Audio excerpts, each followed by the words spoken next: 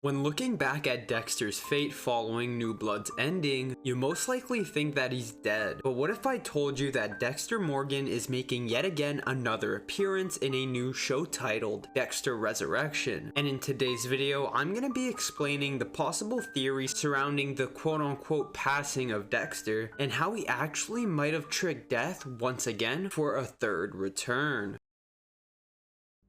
As we know, Dexter was set to make a return to Showtime, but not in a way fans thought. As leaks were building up throughout the internet, people started to discover that this show wouldn't take place in present times, but in fact, it would act as an origin story, showing Dexter's early years in college, which we did see a couple times with flashbacks throughout the run of the original series. But at a Comic-Con panel, which was set to officially release the trailer for this prequel show, Dexter Original Sin, we were met by none other than the man himself, Michael C. Hall, making a guest appearance because it was to our knowledge that he would be voicing the classic internal monologues that have been prevalent throughout all Dexter shows. But something unexpected would be announced right after the trailer was first shown. It was met to everyone's surprise when Michael C. Hall would be officially returning to the big screen, but not just in Original Sin. See, he would be returning for a sequel to Dexter New Blood called Dexter Resurrection. This had fans shocked because of how the previous show ended, and everyone, myself included, believed that Dexter in the present tense at least was concluded. In an interview following the panel, this question was asked, which I'm sure everyone in their mind was thinking when it was first announced. Dexter's dead.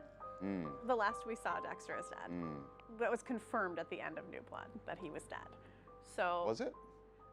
what can you say about how Resurrection will I don't bring Dexter know. I don't know what I am authorized to say. It's really cold out there. It's really cold out there. This subtle but very detailed response from Michael C. Hall was kind of everything fans needed to piece up how they were going to pick off of him dying. And many people have come up with possible extended theories as to how Dexter Resurrection will pick up. Keep in mind that some of these are extremely accurate to what we were told, and that they were actually invented way before the announcement dropped.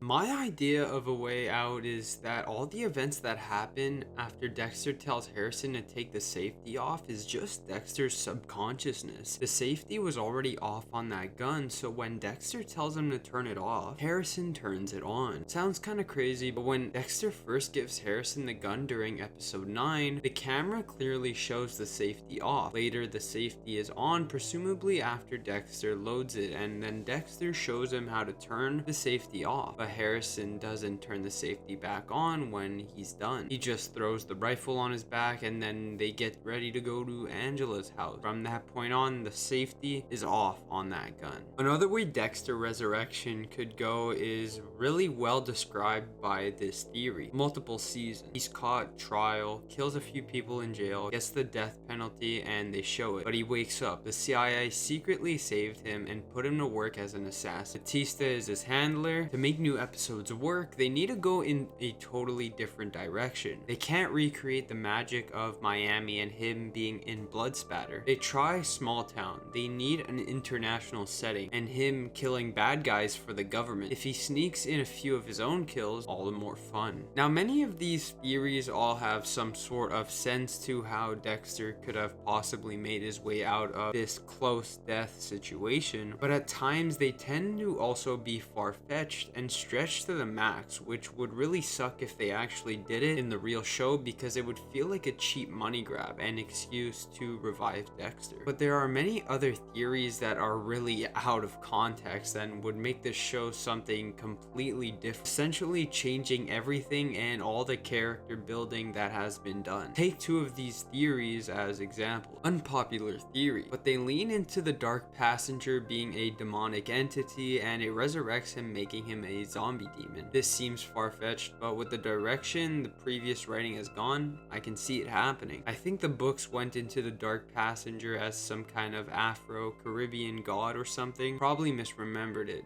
During Dexter's funeral, Vincent Van Gogh will come in to pay his respects. He then sneakily puts a knife in each of Dexter's hands and wakes up Dexter using that popping thing that Dexter pops outside the nose of his victims, drugged by ketamine. Dexter wakes up, then goes on a stabbing rampage and kills everyone in the funeral, including Harrison. Then as everyone is dead and Dexter is having an argument with Ghost Deb about why he killed Harrison, Batista arrives, fresh from the airport, and gets shocked at the bloody canvas that Dexter just painted. Batista then proceeds to pull out his Glock and unloads an entire mag on Dexter. Dexter drops to the ground, but Batista wants to be sure this time. So he walks towards Dexter, reloads his Glock, and double taps Dexter in the head to make sure that he's dead for good this time.